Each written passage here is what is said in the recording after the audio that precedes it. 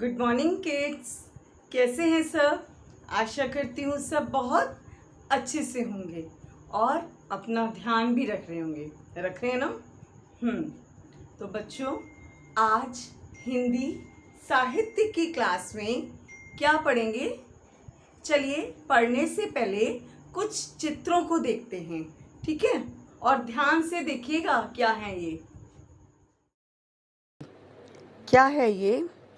इन चित्रों को देखकर आपको कुछ पता चल रहा है? ये क्या है? हमारा राष्ट्रीय ध्वज तिरंगा, राष्ट्रीय पक्षी मोर, राष्ट्रीय पुष्प कमल और राष्ट्रीय पशु बाघ। तो इन चित्रों को देखकर आपको कुछ ज्ञात हो रहा है कि आज की कक्षा में आप क्या पढ़ेंगे? अपने राष्ट्रीय प्रतीकों के बारे में, है ना?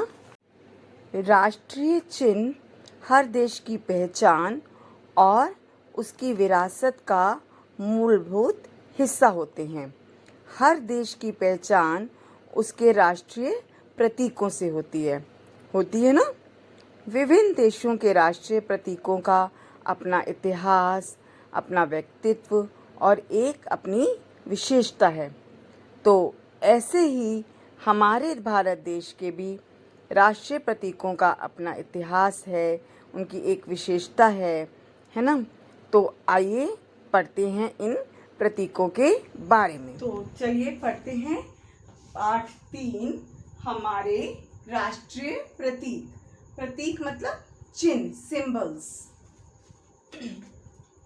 इस पाठ में हमारे राष्ट्रीय प्रतीकों का उल्लेख किया गया है।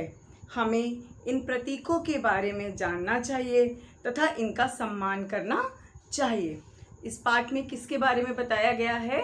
हमारे देश के राष्ट्रीय प्रतीकों के बारे में, यानी कि कुछ राष्ट्रीय चिन्हों के बारे में बताया गया है। इनका हमें सम्मान मतलब आदर करना चाहिए, रिस्पेक्ट करनी चाहिए इनकी। भारत एक स्वतंत्र राष्ट्र है। हम सब भारत के नागरिक हैं। प्रत्येक राष्ट्र के कुछ प्रतीक यानी चिन्ह होते हैं। हमें इनके प्रति सम्मान प्रकट करना चाहिए। इन प्रतीकों का अपमान राष्ट्र का अपमान माना जाता है। भारत एक स्वतंत्र राष्ट्र है। कैसा राष्ट्र? स्वतंत्र यानी कि आजाद।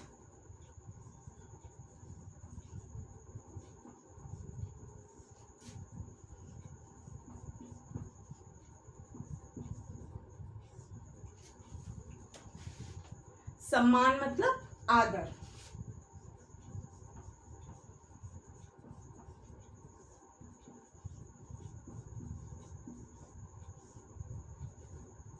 अपमान निरादर।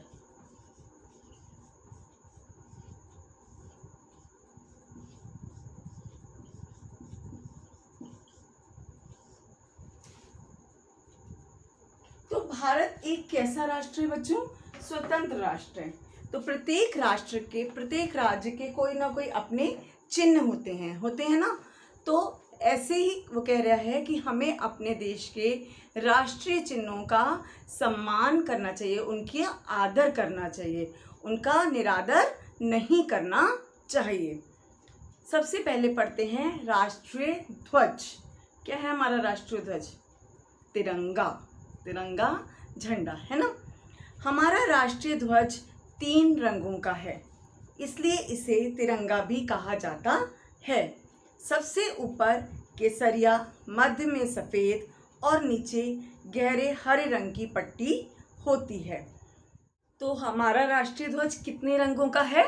3 रंगों का, है ना? इसलिए इसको क्या कहते हैं? तिरंगा भी कहते हैं। 3 रंगों का होने के कारण इसको तिरंगा कहा जाता है। सबसे ऊपर केसरिया, मध्य में सफ़ेद और नीचे गहरे हरे रंग की पट्टी होती है। सबसे ऊपर कौन सा कलर होता है? केसरिया कलर, यानी कि सैफ्रॉन कलर, है ना? और मध्य मतलब बीच में। मध्य मतलब बीच में।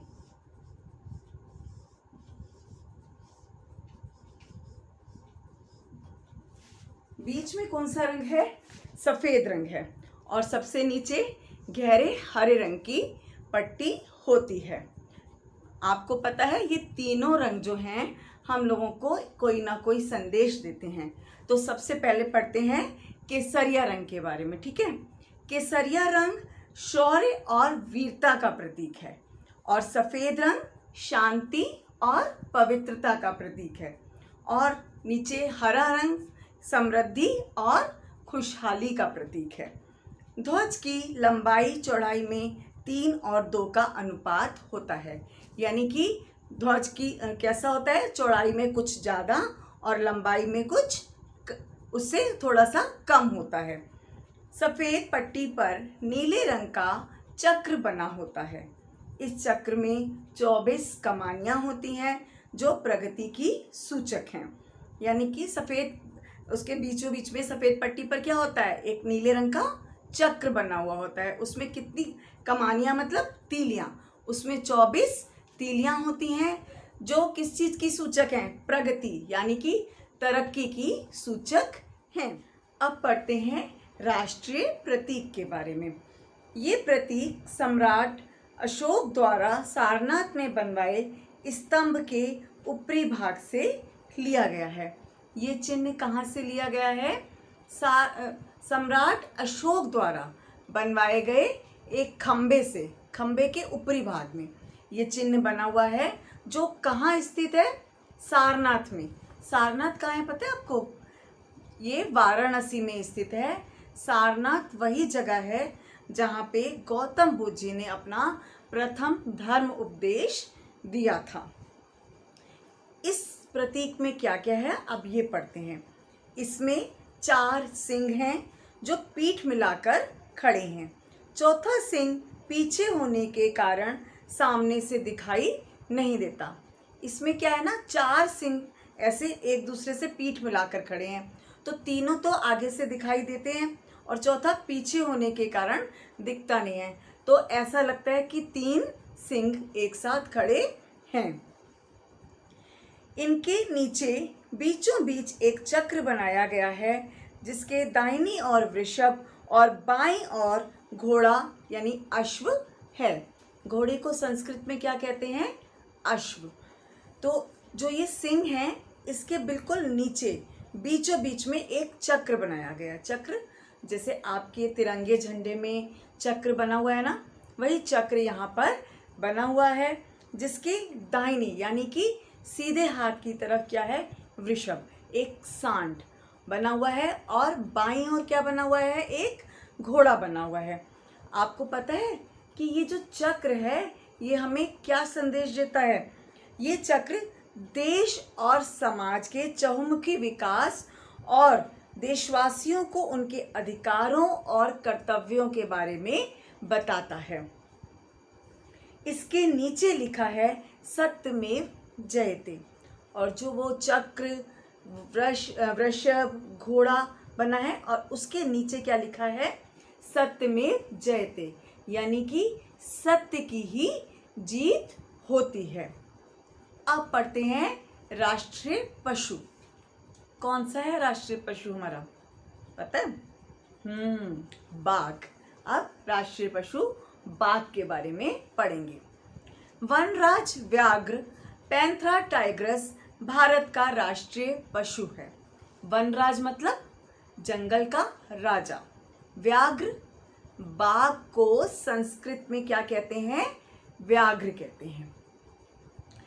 पैंथरा टाइग्रस क्या है? भारत का राष्ट्रीय पशु है।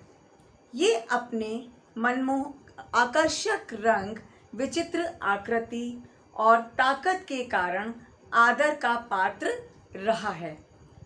आकर्षक मतलब मनमोहक, विचित्र अनोखी, आकृति बनावट और शक्ति मतलब ताकत। ये अपने मनमोहक रंग, अनोखी बनावट और ताकत के कारण हमेशा आदर का पात्र यानी कि एक रेस्पेक्टफुल पात्र रहा है। बाघ की 8 जातियां हैं। कितनी जातियां हैं बाघ की? 8 जातियां हैं। भारत में जो जाति पाई जाती है उसे अंग्रेजी में रॉयल टाइगर कहते हैं। जो भारत में बाघ की जाति मिलती है उसको अंग्रेजी में क्या कहते हैं? Royal tiger. अब इनकी संख्या 4500 से ऊपर है। अब भारत में इनकी संख्या कितनी है? 4500 से ऊपर है। अब पढ़ते हैं राष्ट्रीय पक्षी मोर के बारे में। मोर पावो क्रिस्टेटस भारत का राष्ट्रीय पक्षी है। ये विश्व के सुंदर पक्षियों में से एक है। मोर क्या है? भारत का राष्ट्रीय पक्षी है। और ब्रैकेट में आप देख रहे हैं ना, पावो क्रिस्टेटस, ये इसका एक वैज्ञानिक नाम है। कैसा नाम है इसका? एक वैज्ञानिक नाम है। मोर आपको पता है श्रीलंका और भारत में सबसे अधिक मात्रा में पाए जाते हैं। ये विश्व के सुंदर पक्षियों में से एक है। विश्व मतलब संसार। ये संसार के सुंदर पक्षियों में से एक है। नर मोर विशेष सुंदर होता है। नर मतलब पुरुष। तो ये जो पुरुष मोर होता है ये स्पेशल, ये ज़्यादा सुंदर होता है कंपैरेटिव ऑफ मोरनी के। इसकी नीली गर्दन और छाती, लंबी पूंछ और रंग बिरंगे पंख इसे आकर्षक बना देते हैं। इसे कौन मनमोहक बना देता है? इसकी नीली गर्दन और छाती, इसकी लंबी पूंछ और रंग बिरंगे कलरफुल पंख होते हैं ना, फिर इसके बहुत सुंदर लगता है मोर, है ना। तो इसको और भी मनमोहक बना देते हैं। जिस समय नर मोर अपने पंख फैलाकर मादा मोर के सामने वर्षा काल में नृत्य करता है तब ये दृश्य बड़ा मोहक होता है। जिस समय मोर, वर्षा काल मतलब वर्षा ऋतु के समय, जब मोर अपने पंख फैलाकर मादा मोर, मादा मतलब स्त्री, मोरनी के सामने नाच करता है, डांस करता है, तो वो दृश्य जो है बहुत ही सुंदर लगता है, बहुत ही अच्छा लगता है। अब हम पढ़ेंगे अपने राष्ट्रीय गान। क्या है हमारा राष्ट्रीय गान? जन गण मन। जी बिल्कुल, जन गण मन हमारा राष्ट्रीय गान है। इसे नोबेल पुरस्कार विजेता श्री रविंद्रनाथ टैगोर ने लिखा था। नोबेल पुरस्कार क्या होता है बच्चों? नोबेल पुरस्कार एक बहुत ही सर्वोच्च पुरस्कार है जो शांति, साहित्य, भौतिकी, रसायन आदि क्षेत्रों में दिया जाता है। तो इसको जनगण मन को किसने लिखा था? रविंद्रनाथ टैगोर जी ने। 24 जनवरी 1950 को इसे राष्ट्रगान के रूप में स्वीकार किया गया। इसको कब स्वीकार किया गया राष्ट्रगान के रूप में? 24 जनवरी 1950 को। इसकी अपनी धुन है। राष्ट्रीय धुन को बजाने में 52 सेकंड लगते हैं। इसकी अपनी एक धुन है ना, ऐसा तो नहीं है आप लोग स्कूल में भी अगर जब गाते हो तो ऐसा तो नहीं करते हो कि कोई भी धुन में गा लेते हो, एक ही धुन में गाया जाता है ना, ऐसे जनगण मन अधिनायक ऐसे करके, है ना। ऐसा तो नहीं कभी कोई धुन निकालते हो कभी कौन, ऐसा नहीं है ना। इसकी अपनी एक धुन है और इसको गाने में कितना टाइम लगता है? 52 सेकंड का समय लगता है। अब पढ़ेंगे राष्ट्रीय गीत। राष्ट्रीय गीत क्या है? वंदे मातरम। वंदे मातरम हमारा राष्ट्रीय गीत है। इसे बंकिम चंद्र चटर्जी ने लिखा था। किसने लिखा है? बंकिम चंद्र चटर्जी ने। स्वतंत्रता आंदोलन के समय ये गीत बहुत गाया गया। जिस समय हम लोगों का अंग्रेज़ों से युद्ध चल रहा था, उस समय कहा जाता है इस गीत को बहुत ज़्यादा गाया गया। और वंदे मातरम का नारा तो हर भारतवासी के मुख पर था।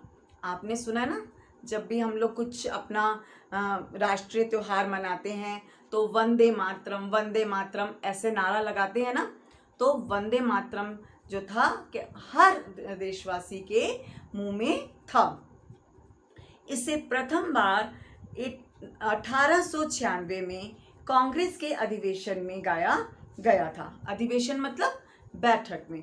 तो इसको सबसे पहली बार 1896 में कांग्रेस की एक बैठक में गया था। तो बच्चों, इस प्रकार आपने अपने राष्ट्रीय प्रतीकों के बारे में जाना।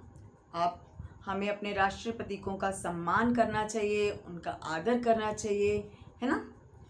अब आपको क्या करना है, अब आपको इस पाठ को बहुत अच्छे से पढ़ने का अभ्यास करना है। Bye bye.